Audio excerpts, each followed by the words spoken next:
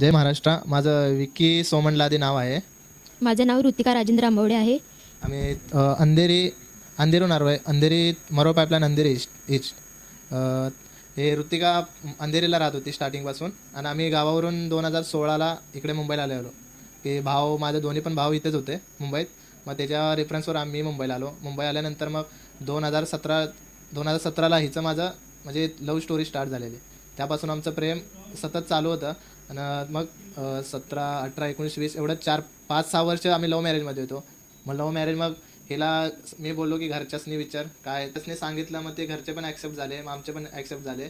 आणि त्यानुसार इथं माझं भाईंदरमुळे ते मावशी राहते माझे. मग मावशीच्या मुलीचं पण लग्न गोरेगावला तिथं सामूहिक विवाह झालेलं. कन्यादान करून तिथं सामूहिक विवाह झालेला. मग तिथं पण आम्ही अटेंड केलेलं ते लग्न. ते लग्न केल्यानंतर